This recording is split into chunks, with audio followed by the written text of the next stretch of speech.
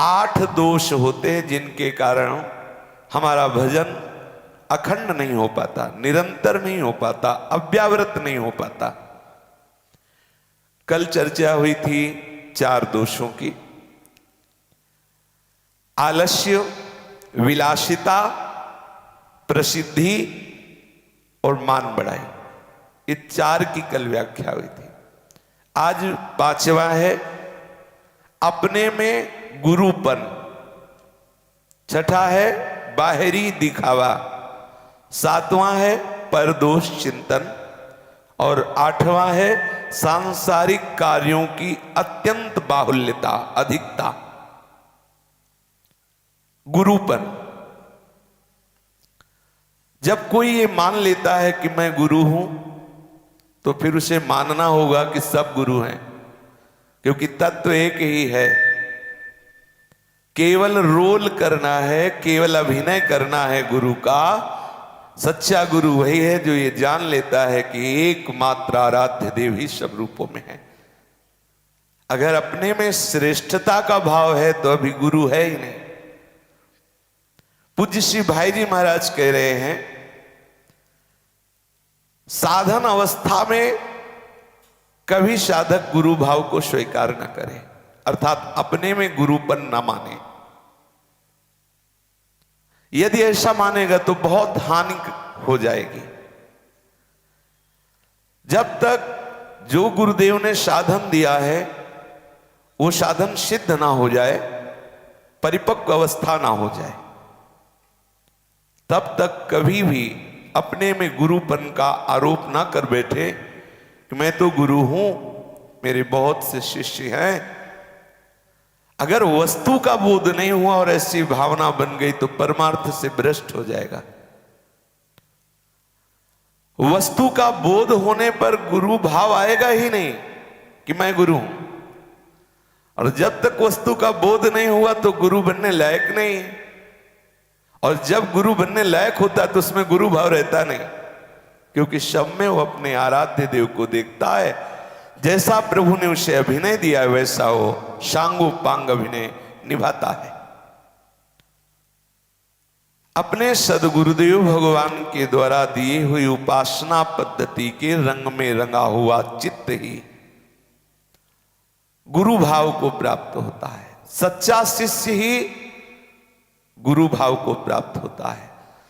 जब तक हमें हमारी उपासना का रहस्य अनुभव में नहीं आया, हमें अपने आराध्य देव का साक्षात्कार नहीं हुआ, हम द्वंद्वों की जो आकर्षणमयी वृत्तियां हैं उनसे ऊपर नहीं उठे तो हम फंस जाएंगे। शास्त्र आदेश करता है कि गुरु बन करके उपदेश तब तक न करे जब तक उससे भगवत तत्व का बोध ना हो जाए। जब साधन करते करते जिस आराध्य देव की उपासना में है उसका अनुभव हो जाए, आपको ये लगे कि एक यंत्रवत चेष्टा हो रही है, साक्षात आराध्य देव बैठ करके यंत्रवत चेष्टा करा रहे हैं, मैं कहीं नहीं हूं। अगर वो इस वस्तु का बोध नहीं किए और उपदेशक बन गया तो उसे परमार्थ से भ्रष्ट होना पड़ेगा। वो दूसरों की वृत्तियों का प्रयोग करने लगेगा, ठगाई करने लगेगा। दूसरों के ऊपर कोई उपदेश का प्रभाव ऐसे लोगों का नहीं पड़ता। स्वयं में कभी गुरु चरणों में बैठ करके आराधना नहीं की, स्वयं कभी एकांत सेवन करते हुए वृत्ति को परमात्मा तत्व में नहीं लगाया, स्वयं जानते ही नहीं कि विरक्ति किसे कहते हैं, स्वयं जानते ही नहीं कि साधुता का सिद्धांत क्या है। साधुता का ककारा नहीं आता और हजारों लोग शिष्य हैं, क्या होगा?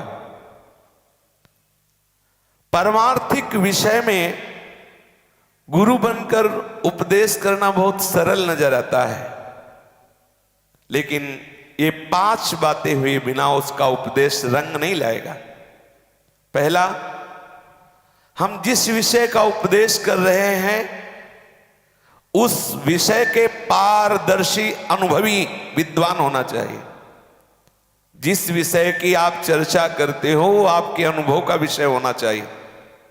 उसके आप पारदर्शी, केवल शब्द पर नहीं, उसका अनुभव किए हो। परब्रह्म का साक्षात अनुभव और शब्द ब्रह्म का पूर्ण ज्ञाता, तभी वो सच्चा उपदेशक है। जिस विषय का उपदेश करे उसका पारदर्शी होना आवश्यक है, अर्थात उस विषय का साक्षात्कार करने वाला हो। दूसरा, जिस विषय का उपदेश करे उसको स्वयं पीछे करके सिद्ध कर चुका हो, स्वयं पीछे कर चुका हो, वो करता रहा हो और वो अभी कर रहा हो जिस विषय का उपदेश कर रहा है। तीसरा, अपने उपदेश के द्वारा धन कमाने की, मान प्राप्ति की, पूजा प्राप्ति की, यश प्राप्ति की किंचित भी हृदय में इच्छा ना हो। चौथा, जिस विषय का उपदेश करे उसका परिणाम सामने जिस पर उपदेश कर रहा है उस पर दिखना चाहिए। जो आप उपदेश कर रहे हैं उसका रंग सामने वाले के ऊपर चढ़ना चाहिए, क्योंकि जो आएगा वो श्रद्धा से ही तो आएगा सुनने। जो श्रद्धा से आपकी शरण में है, जो आपके उपदेशों का श्रवण कर रहा है, उस पर उस उपदेश का रंग चढ़ना चाहिए, और ये तभी चढ़ेगा जब आप में चढ़ा होगा। पांचवा, उपदेश में किसी तरह की बनावट नहीं, दंभाचरण नहीं, कोई छल नहीं। यदि ये 5 बातें हैं तो निश्चित उसका उपदेश रंग लाएगा और निश्चित वही गुरु है। उपदेशक का बड़ा प्रभाव पड़ता है। जो कोई भगवत मार्ग में परिपक्व अवस्था प्राप्त कर लेता है तो वाणी में एक आकर्षण पैदा हो जाता है। पूज्यपाद श्री उड़िया बाबा जी जब गंगा किनारे एक भृगु आश्रम है उसमें जीव ही चढ़ रहे थे तो दूर से ही देखकर अच्युत मुनि ने कहा कि देखो साक्षात ब्रह्म आ रहा है। पहली बार दर्शन किया था, उनकी चाल, उनकी दृष्टि से दर्शन करो, ये ब्रह्मबोध संपन्न महापुरुष ब्रह्मविद ब्रह्मयु भवति, ये साक्षात ब्रह्म आ रहे हैं।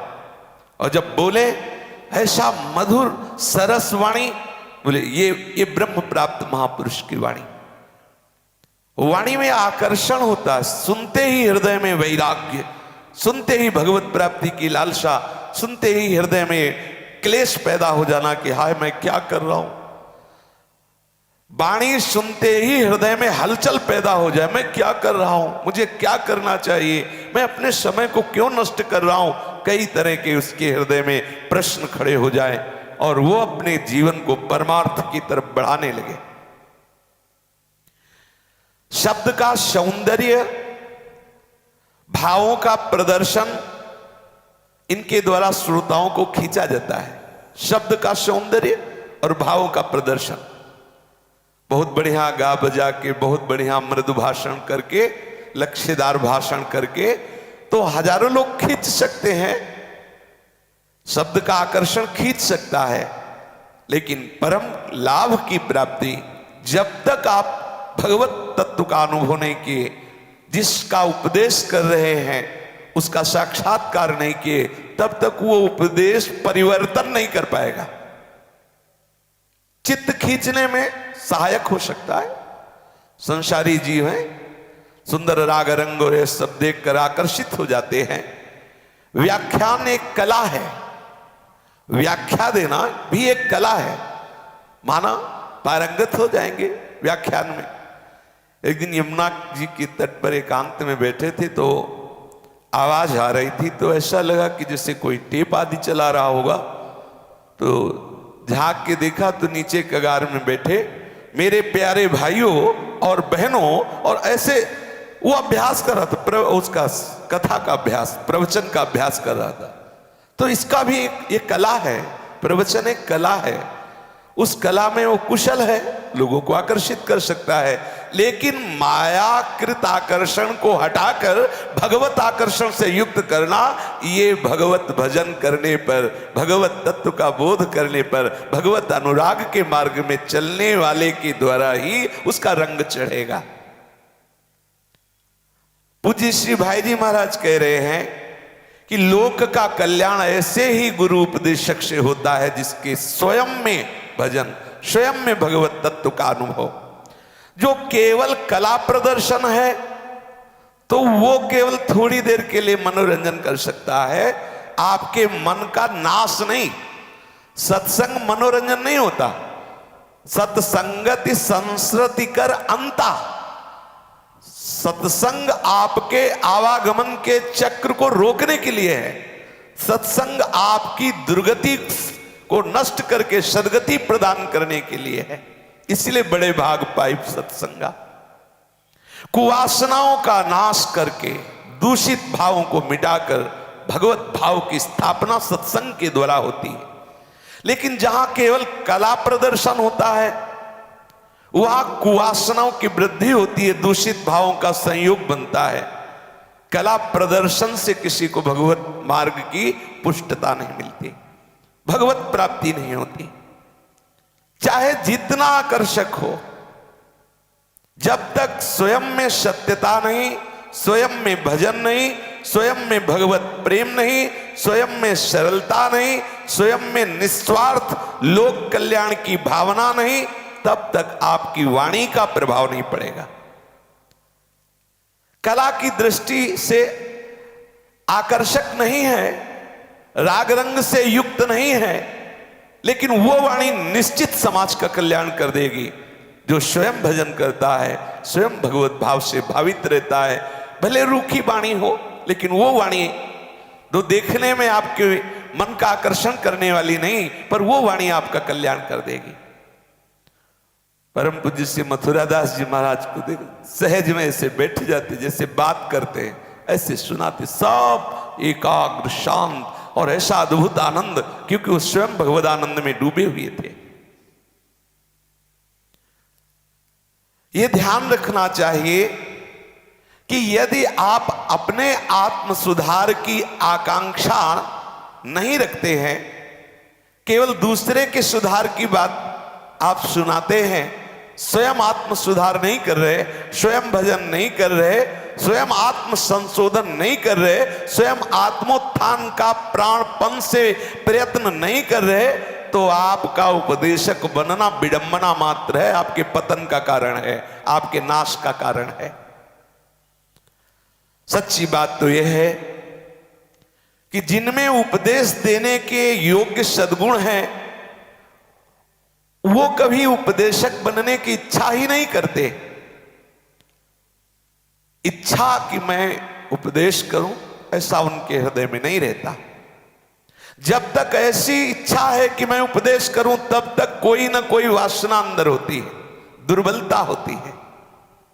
महापुरुषों का आचरण, आदर्श, सत्कर्म और उनके वचन समस्त जगत का कल्याण करने में समर्थ होते हैं। स्वाभाविक उनका उपदेश होता है। वे ना उपदेशक बनते हैं, ना उपदेशक कहलाते हैं। वे अपनी करनी को सुधारते हैं। उनके आचरण, उनकी साधना, उनकी उपासना